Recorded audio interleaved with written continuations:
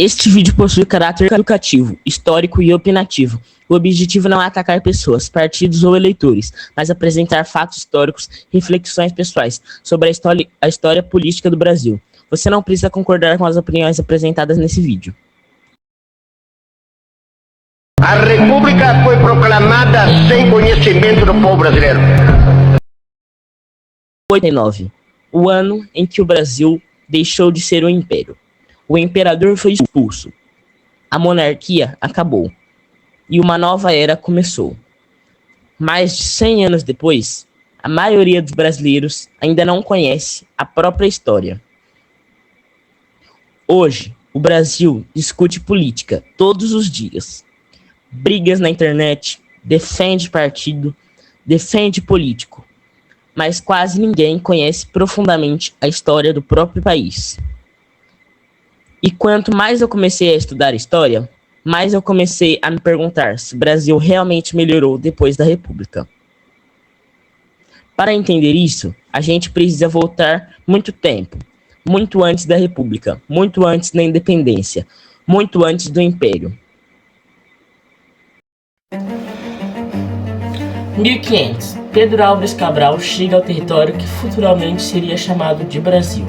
E sim, Portugal explorou o Brasil, levou riquezas, explorou recursos naturais e usou o território brasileiro economicamente durante séculos.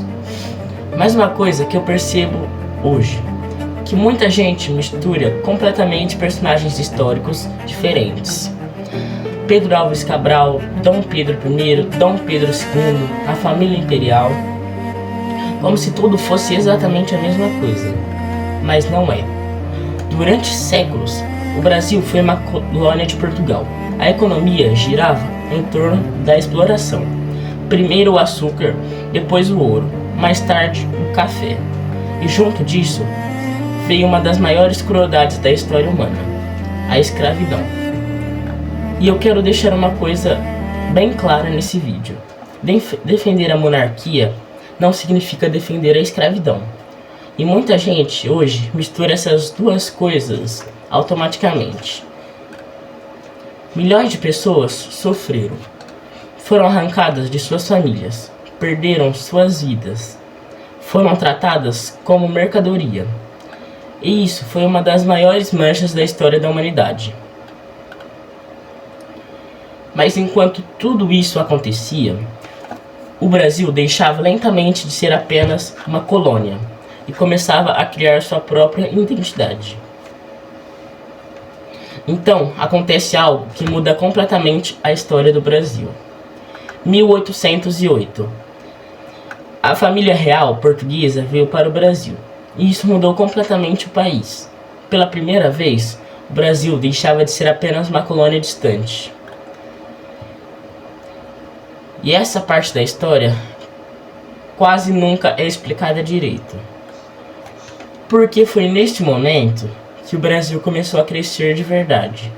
Portos foram abertos, instituições surgiram, bibliotecas, escolas e estruturas administrativas. O Brasil começou lentamente a ganhar importância. Então surge uma das figuras mais importantes da história, Dom Pedro I. Muita gente hoje trata Dom Pedro I apenas como um português explorador. Mas a história é muito mais complexa do que isso. Portugal queria recolonizar o Brasil. Queria voltar a controlar tudo diretamente.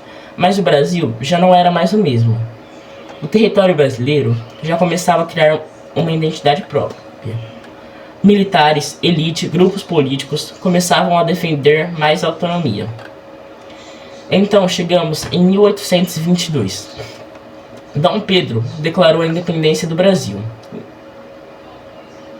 Nascia o Império do Brasil. Um território gigantesco, cheio de problemas, cheio de desafios, mas agora independente. E aqui, uma coisa bem importante. Muita gente acha que o Brasil sempre foi uma república, com presidentes e etc. Mas não. Durante décadas, o Brasil foi um império, e isso mudou completamente nossa identidade histórica. Só que Dom Pedro I enfrentava muitos problemas. crises políticas, disputas, conflitos e aos poucos ele começou a perder o apoio da população. Até que ele deixou o trono. E então surge a figura que provavelmente se tornaria o brasileiro mais respeitado do século. Dom Pedro II, filho de Dom Pedro I. Ele ainda era uma criança quando assumiu o império. Imagina bem, um Brasil, um país gigantesco, recém-independente, cheio de revoltas, cheio de divisões, sendo governado por um menino. Enquanto Dom Pedro II ainda era muito jovem, o Brasil passou pelo chamado período regencial. E muita gente hoje nem sabe o que foi isso. O país enfrentava revoltas, instabilidade, medo de separação. O Brasil quase começou a se dividir. E isso é algo muito importante, porque muita gente acha e fala do Brasil de hoje como se ele sempre tivesse sido o único. Mas não. Existia um medo real de que o território brasileiro se fragmentar, ou seja, se dividir em partes diferentes. O Brasil B e o Brasil A, ou vice-versa. Então, Dom Pedro II assumiu oficialmente o poder. E aos poucos, ele começa a construir uma imagem completamente diferente da maioria dos líderes da época. Dom Pedro II era completamente apaixonado por conhecimento. Ele estudava praticamente o tempo inteiro. Gostava de ciência, astronomia, literatura, educação, tecnologia e etc. E uma coisa que quase ninguém fala hoje, que Dom Pedro II provavelmente foi um dos líderes mais cultos da história do Brasil. Ele estudava várias línguas: inglês, francês, latim, grego, hebraico, árabe, inglês, italiano, alemão e muitas outras. E demonstrava interesse até por línguas indígenas. Lembrando, Dom Pedro II provavelmente foi um dos líderes brasileiros, o único que sabia falar tupi-guarani, que era a língua que falavam os tupis. Os historiadores dizem que ele tinha conhecimento de mais de 20 idiomas. E sinceramente, isso é algo impressionante até hoje.